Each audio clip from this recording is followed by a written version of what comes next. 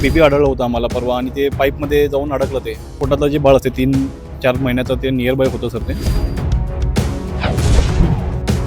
हात पाय सगळं आहे तर म्हणे हे बाळाच असणार असं वाटलं त्यांना पण. महानगरपालिका सफाई कर्मचाऱ्यांच्या माहितीनुसार शनिवार दिनांक 16 रोजी सफाई कर्मचारी ड्रेनेजची स्वच्छता करताना त्यांना त्यामध्ये साधारण 3 महिन्याचं अर्भक आढळून आलं होतं. त्या वॉर्डाचे नगरसेवक शंकर पाटील, आरोग्य अधिकारी, अग्निशमक दलाचे अधिकारी यांच्या उपस्थितीत ड्रेनेजमध्ये पाण्याचा फवारा मारून आज दिवसभर त्या अर्भकाचा शोध घेण्याचं कार्य सुरू होतं. मात्र त्यांना त्याला शोधण्यात अपयश आलं. परवा कंगरालीतून आम्हाला एक कंप्लेंट आलं होतं की आमचं ड्रेनेज लाईन जरा चोकअप झाल्याने ते क्लीन करून द्या म्हणून असं सांगितलं होते. मग त्याच्याप्रमाणे आम्ही आमच्या लेबरशी संपर्क करून लेबर्सना पाठवल्यानंतर लेबर्स इथं येऊन चेक केले सर. चेंबर खोलून चेक केल्यानंतर त्याच्यामध्ये एक 3 महिन्याचं फिटस सर, जे आम्ही पोटातलं जे बाळ असते 3-4 महिन्याचं ते नियर बाय होतं सर. ते त्यांना आढळून आले सर. तोपर्यंत त्यांनी ते चेंबर क्लीन केल्यामुळे ते पाणी प्रेशरला आले आणि ते पाईपमध्ये अडकून बसले सर, असं आमच्या लेबरचं हे आहे सर. सर शनिवारी ही घटना घडली होती सर.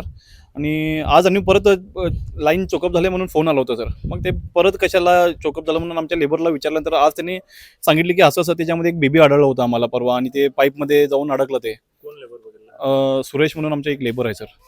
मग त्यांनी बघितलं होते सर. आता हेल्थ ऑफिसर आले सर.